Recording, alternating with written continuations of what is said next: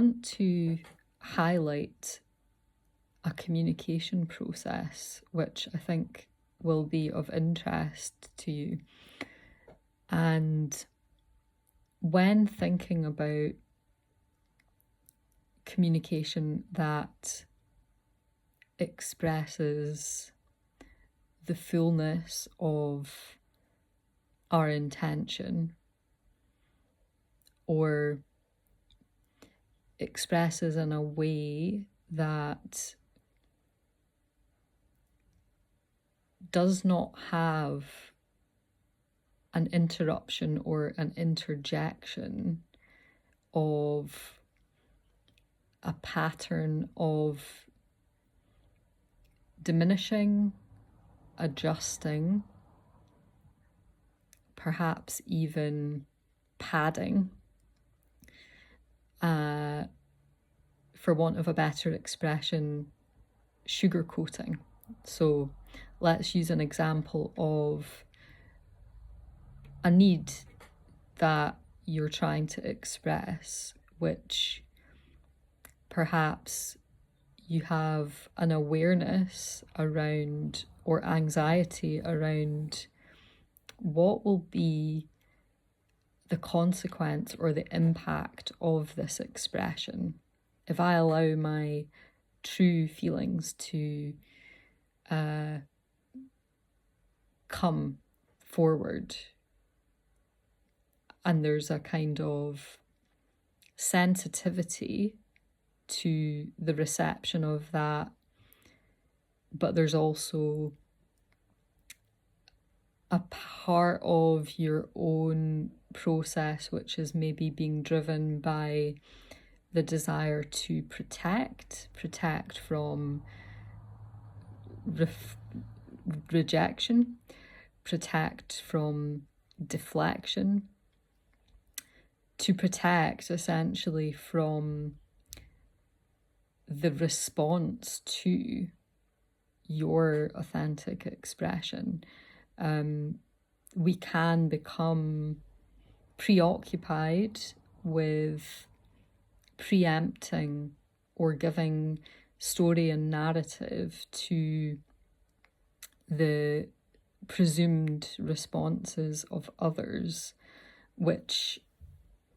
creates a space of rumination where the energy that you're not actually giving permission to be fully articulated, it needs somewhere else to go. So you are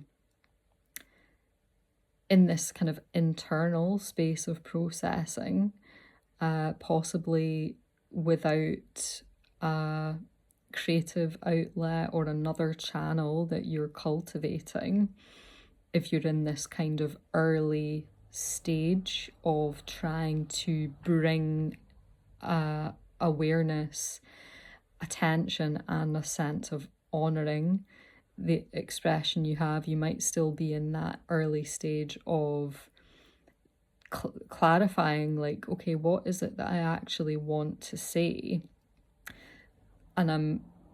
making a point to use an example of stages in the process of expression, because the creative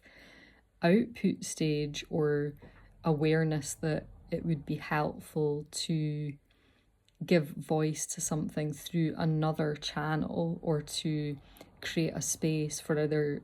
where an excess of energy can go into reflective writing or drawing or music making or playing or movement, that comes later. That kind of comes only when there is an awareness and acknowledgement of displaced energy, or energy that really needs somewhere to go. The realization of that might not happen until we have felt the discomfort of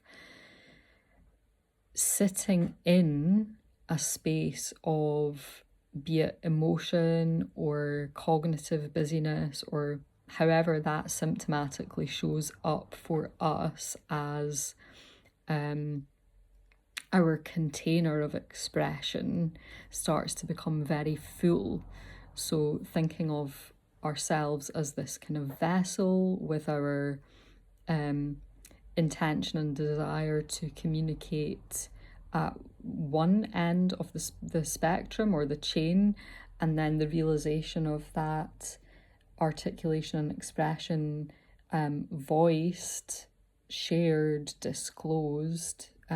offered to the space at the other end of the spectrum. And these layers and levels that we either manage to move through or become stuck at, which could be to do with, as I've mentioned, this idea of, oh, I can't say that because I will be rejected, or I better not say that because it will create a ripple effect, or, you know, there will be consequences. So new level, new devil, that kind of idea. And that this idea of the container of expression paralleling with our container and tolerance in the way that that is talked about in terms of a stress bucket in the mental health space, and giving an opportunity for there to be outlets or taps or ways of creating a bit of release of pressure, that can be the helpful channel to redirect or create an outlet for that excess or that expression that is maybe not formulated in a way that feels neat enough or polite enough or societally acceptable enough to reach its fruition in that sense. But that doesn't mean that the expression is not evolving, expanding, and taking up space in your body instrument and in your expressive vessel. So learning to recognize those early indicators of, okay, I'm starting to feel a buildup of, you know, emotional energy that's not been expressed, and the way that that manifests for one individual might look very different to how it does for another. You know, that sense of, I'll give an example from my own life of a feeling of pressure, a feeling of, I'm beginning to feel overwhelmed, but not necessarily being able to put my finger on what it is. What is the root cause of that? You know, you're looking at your schedule, you're looking at the things that you are committed to and taking on and engaging with, and that doesn't seem to be drawing a parallel between what it is you're sensing. But then there's this sense of pressure or overwhelm. That, to me, through my own self-exploration and therapeutic work, I've come to understand is a good indicator of when I have not given myself enough space to be with my emotional self and to explore and honor and allow emotions to come up and to come out, importantly, as well. So that is when I recognize that I've got a range of tools and resources available, like creative writing or drawing or painting, creative practice, dipping into that. And as I say, creating an opening or space or turning the tap on for there to be a release of that pressure. So it takes time to get that feedback and confirmation around what those indicators might mean for you, of, you know, testing that out enough times that you get comfortable with that instinct and that reflexive capacity to be like, oh yeah, my body is trying to tell me something, or, you know, my mind is at a point of like, I recognize this pattern. That is an indicator that and this is a tool that I have used before, which has been helpful, so maybe I can play with that, and starting to think in those terms. But coming back to the objective, if you like, of trying to honor the capacity, the stretching of capacity required oftentimes to give permission for what desires to be expressed, what feels important to express, has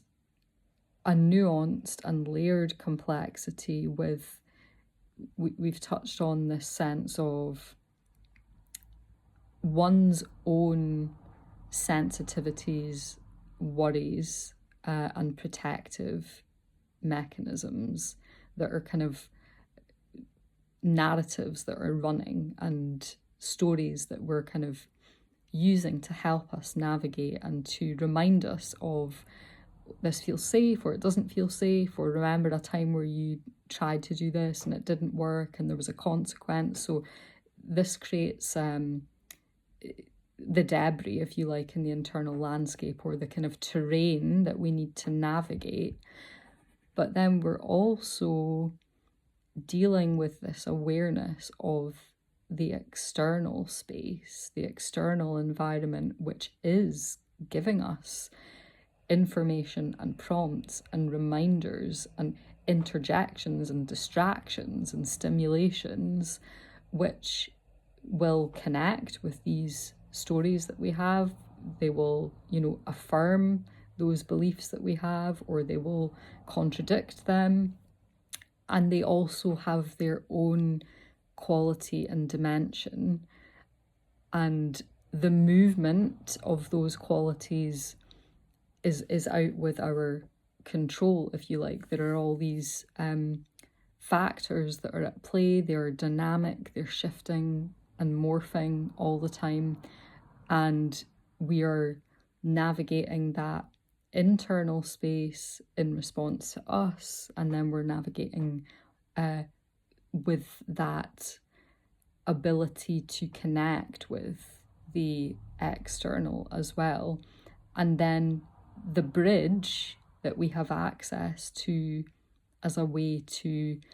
try and connect with others and to try and find a way of articulating, I'm here, this is what I'm experiencing, this is what I'm feeling or sensing. That is the challenge, if you like, to how do we reach out to others from this internal space if we're in turmoil, or if we are feeling confused, or if we're feeling actually lost in our own internal landscape, or if we're feeling threatened or confused by what is going on in the external landscape. Who do we share that with? How do we find moments to share with other beings, with other people that we know, other people that we don't know, to have touch points of exchange that are supportive or affirmative, or offer us a moment of connection that helps to restore and repair confidence, and also provides the kind of social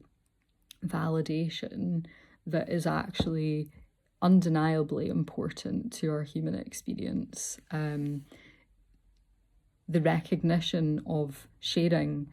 something that is personal to you, and not necessarily that is something that is shared by that other person in that moment, but it is something that can be understood, or that is received with support, or with kindness, or just that somebody has offered a listening ear, a compassionate ear, and allowed you to pour out into this kind of invisible container that is the space of connection that is between you both, but also it's maybe a space that is holding you both as well. And it's fascinating, this process of navigating and choosing what is it that we decide to, if there is this container between us, what do I decide in this moment to pour into that? What do I offer to that? What am I gifting to that? And is it supportive for me? Is it considerate of others? Is it that you are in this kind of juxtaposition between maybe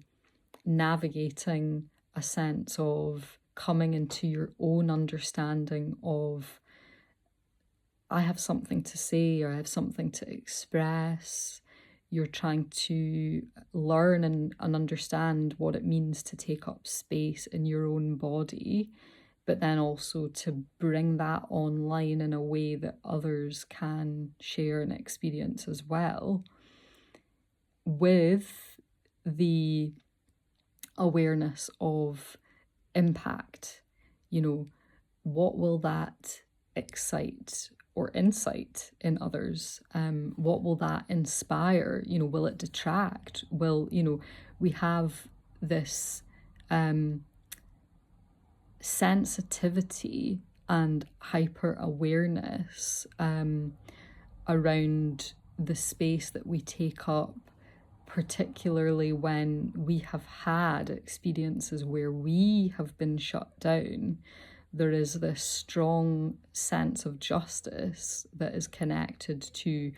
I wouldn't want anybody else to experience that or be impacted by that as a result of the way that I chose to pour into a space, or to share something, hoping that it would be in service to, the good of all. But that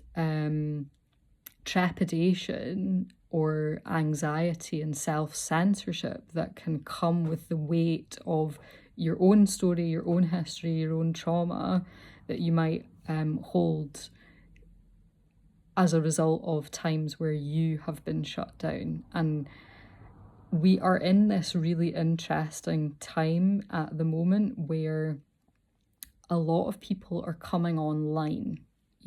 Their bodies are coming online. They're kind of stepping into this new awareness of, wow, like there is so much information and wisdom and knowledge here. And it's like we're kind of orienting into a new space of empowered and embodied awakening, actually, of our own energy and our own expression. And this is where the conversation around privilege and power dynamics is really important to have. And it's the uncomfortable conversation, because those who most need access to the kind of work that facilitates skill development in this area are those who are not currently in positions of privilege, or who are not currently holding a balance of power, because those are the voices that we need to actually be part of a bigger conversation about the way that the world operates, and in the sense of in service to equality and equanimity. So until those voices are actually supported in a way that there is capacity enough for self-advocacy to enter into a space that says, I have insight, I have wisdom, I have a story to share, I have something to say. We then are in this kind of strange time where the sequence and the processing part of actually, there might be shedding, there might be layers of pain and distress and difficult things that have not been able to be said, that need an outlet, that need to have room to be released, that actually the discomfort of holding that, for those that are in positions of power and privilege, who have always had a seat at the table, who have always had a receptive listening audience because of the structures that have been put in place to ensure that that power place is maintained. The discomfort for people in that position to actually do the work of trying to build capacity to hold the raw, the messy, the kind of untamed expression, that kind of the painful cry, if you like, that comes before the softening, and maybe comes before the conception of words and ideas that can be, expressed in a way that speaks a language of kind of commonality that can be understood by people from all different perspectives. That's the part that I'm like, I'm not sure we're there, I'm not sure about that space at the moment, because there are people in service to this work, and they're working behind the scenes. They're working at a community level, they're working on an individual basis with people that are not necessarily being platformed or having the right exposure or the right frameworks of support around them to support them in that important work that they're doing, because they're doing it in service first and foremost. And therefore there is this real sense of those who are in helping roles that are also exploring not only the internal work, the personal work, the individual healing journey, but also getting stuck into the uncomfortable work around understanding the power dynamics at play, and the systems and infrastructure that upholds that, and that are making efforts to not dismantle it, but to actually look to other ways of creative problem solving, and look to working in collaboration with those that have been excluded from the conversation. I feel like those are the people at this time that need the help, they need the support, they need the funding, they need the multidisciplinary teams around them, because they are carrying a burden of huge magnitude.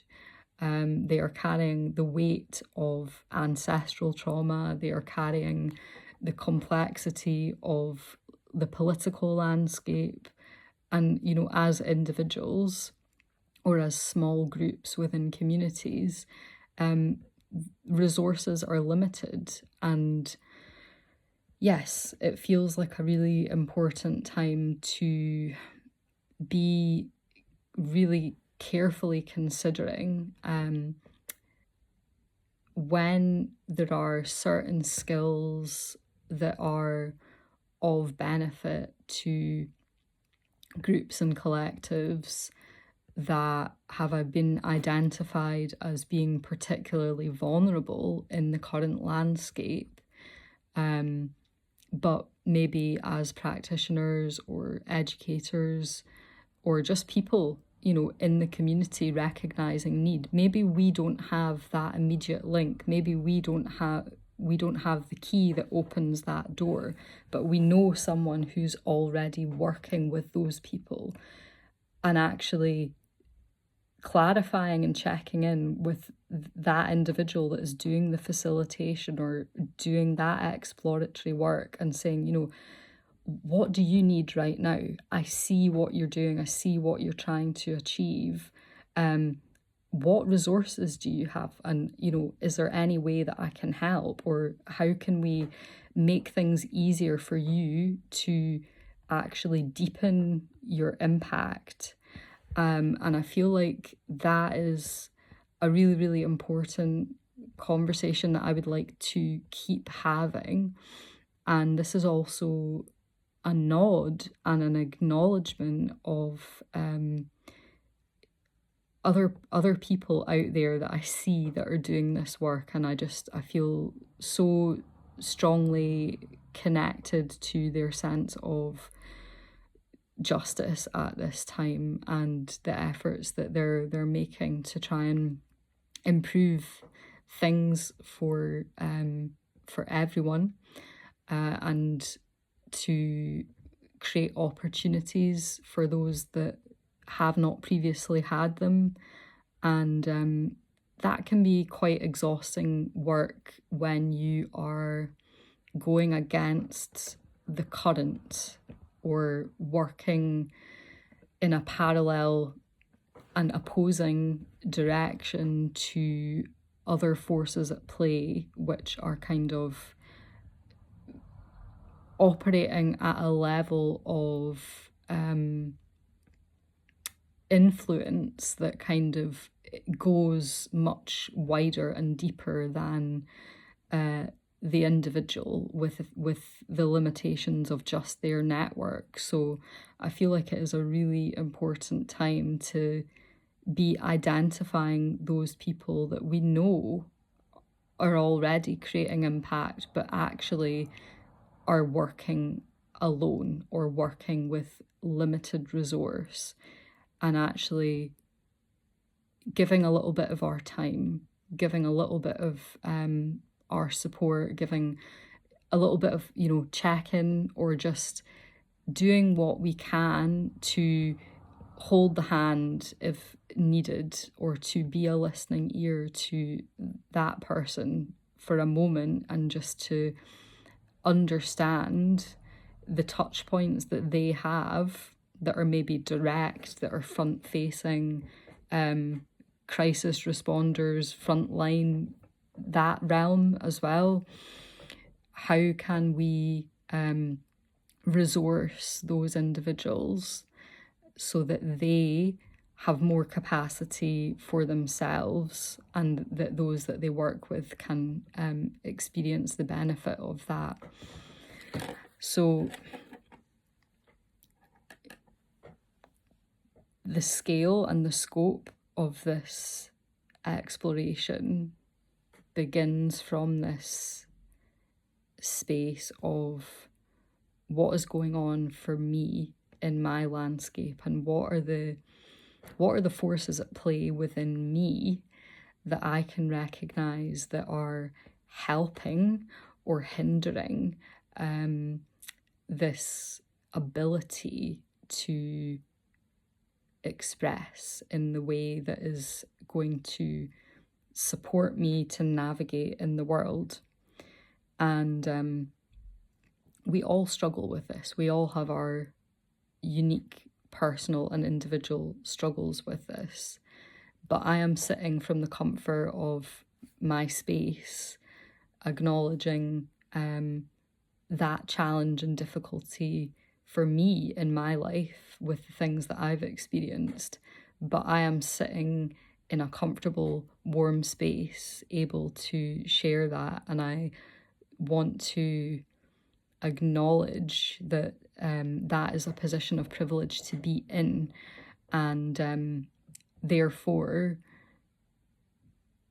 to have that experience with the added pressure of an environment that is not conducive or supportive or helpful or restorative or healing, or presenting really any tangible physical semblance of safety or stability. That is a whole other layer and dimension to deal with and to navigate. And there are many people that are in a position right now where that is not their reality, or they don't have that access. So yeah, we're in this time, and I want to invite others to join the conversation in terms of what is some signposting, what is a resource, what is, what is an offering, what have you got to offer, how can we pour into the pot kind of thing. If we're putting a basket together and everybody has something to put in, what is it that you have to share? And we all have a unique medicine if we give ourselves permission to connect with that and nurture it and understand it, and to mobilize enough energy to actually feel like, okay, this is maybe uncomfortable, or maybe it feels a bit risky, or maybe this is just new and strange, but that is somehow enough agitation to give permission for that medicine to come forward and be a gift for others.